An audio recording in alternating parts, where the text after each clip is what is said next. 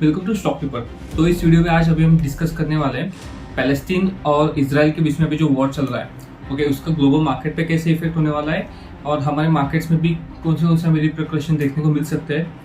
Okay, सो चलो देखते हैं। इजराइल और पैलेस्टीन इनमें वॉर अभी से नहीं चल रहा है, ये बहुत सालों से चल रहा है। ओके, जिन लोगों को उसकी हिस्ट्री पता नहीं है तो मैं सजेस्ट करूंगा कि आप उसके बारे में हिस्ट्री थोड़ा सा पहले एक वीडियो देख लो। और यूट्यूब पे बहुत सारे ऐसे चैनल्स है जहाँ पे आपको ये हिस्ट्री देखने को मिल जाएगी। तो देखो, इनका वॉर लैंड प्लस इनके कुछ रिलीजियस बिलीव्स की वजह से चल रहा है। और पैलेस्टीन दो हिस्सों में बटा हुआ है, जैसे कि अभी आप मैप पे भी देख रहे हो, गाजा स्ट्रिप और एक पैलेस्टीन, और उसके बीच में का जो एरिया आपको दिख रहा है वो है इजराइल। तो देखो, इजराइल में जूज लोग रहते हैं और पैलेस्टीन और गाजा में ज़्यादातर मुस्लिम्स लोग रहते हैं। ओके, तो जेरूसलम करके वहाँ पे उनका जो एरिया है उस पे लेके इन दोनों रिलीजन का आपस में डिस्प्यूट चल रहा है कि ये लैंड किसको मिलेगी।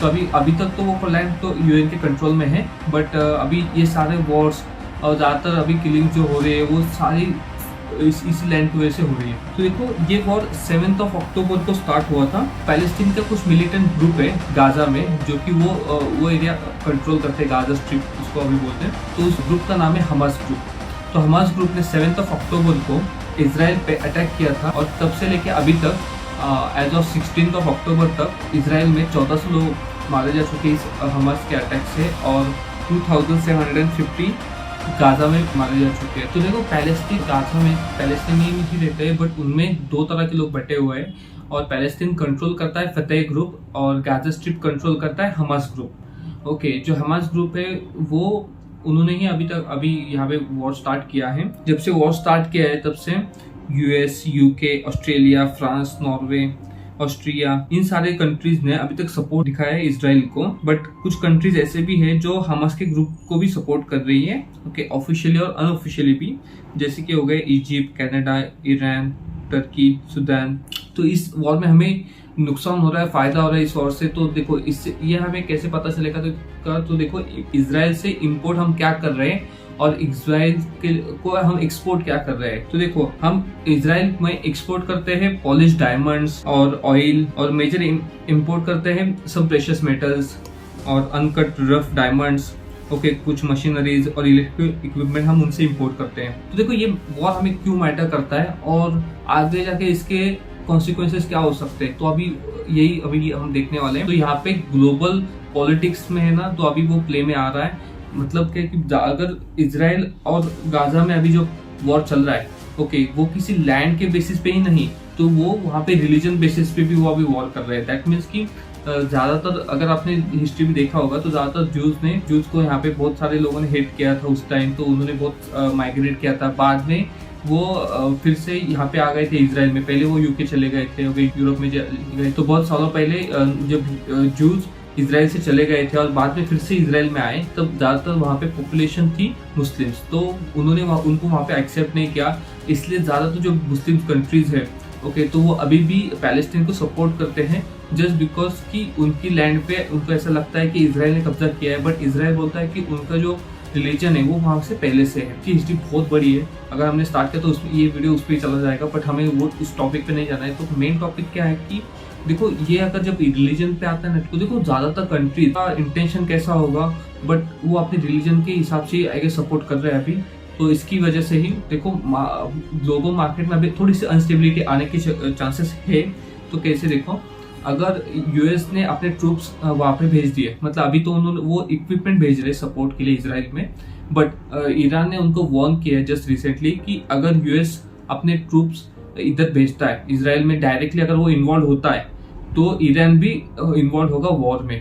ओके, क्योंकि देखो, यूएस ने अभी तक देखो 2 वॉरशिप्स भेजे। तो यूएस ने पहले तो एक वॉरशिप भेजे था जिसका नाम है यूएसएस गेराल्ड आर फोर्ड, और कुछ डिस्ट्रॉयर्स भेजे थे, उनका एक कॉन्वॉय होता है, तो वो भेजा था। बट अभी उन्होंने जस्ट रिसेंटली यस्टरडे पेंटागन ने फिर से अपनी सेकेंड एक वॉरशिप भेजी है वहाँ पे, जिसका नाम है यूएसएस ड्वाइट डी एनहाउजर, कैरियर स्ट्राइक ग्रुप है।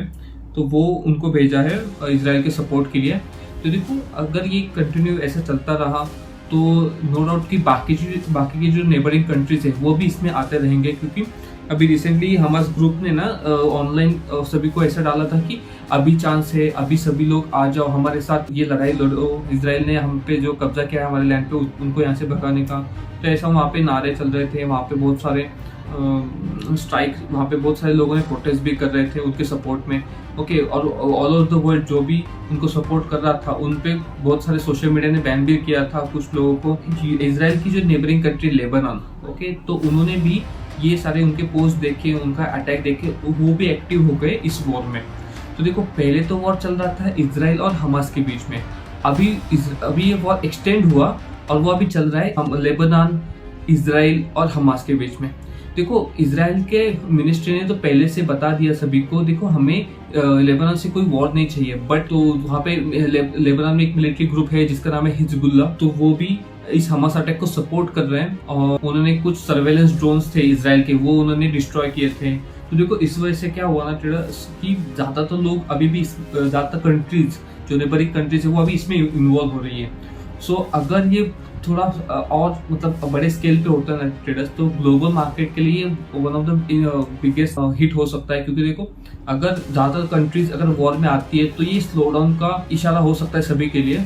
क्योंकि नेतन्याहू ने अभी पहले से थोड़े दिन पहले उन्होंने खुद ही कहा था कि अगर सारे कंट्रीज अगर बीच में आते हैं तो वर्ल्ड वॉर 3 भी हो सकता है। उनको तो इंटेंशन पहले से वॉर का था ही नहीं, उन्होंने पहले ही बोला था कि हमारा इंटेंशन बिल्कुल भी नहीं था वॉर का। और क्योंकि ये मिसाइल ये बहुत सालों से चल रहा है, अगर आपने उनका डोम सिस्टम तो पहले से सुना होगा, वन ऑफ द ग्रेटेस्ट उनका सिक्योरिटी सिस्टम है, ओके, डोम सिस्टम, ओके, जो मिसाइल के अगेंस्ट वर्क करता है। मतलब वो डोम सिस्टम इतना बड़े है कि वो हवा में ही सारे मिसाइल्स को मार गिराता है जो भी गाजा से या फिर पैलेस्टीन से आते हैं उनके ऊपर। बट उन्होंने ये कहा अभी कि ये वॉर हमने स्टार्ट तो नहीं किया, बट उसको एंड हम ही करेंगे। तो देखो, इसमें वरी करने की सिर्फ एक ही चीज थी कि अगर ग्लोबल बड़ी बड़ी कंट्री जैसे यूएस हो गया, यूएन हो गया, ओके, यूरोपियन यूनियन हो गया और यूके हो गए और रशिया, देखो अगर ग्लोबल मार्केट में प्रेशर बढ़ेगा ना ट्रेडर्स, तो ज़्यादा मार्केट्स में हमें गिरावट देखने को मिलेगी। और जो गोल्ड होगा, गोल्ड और ऑयल के ऑयल के प्राइसेस भी बढ़ सकते हैं। क्योंकि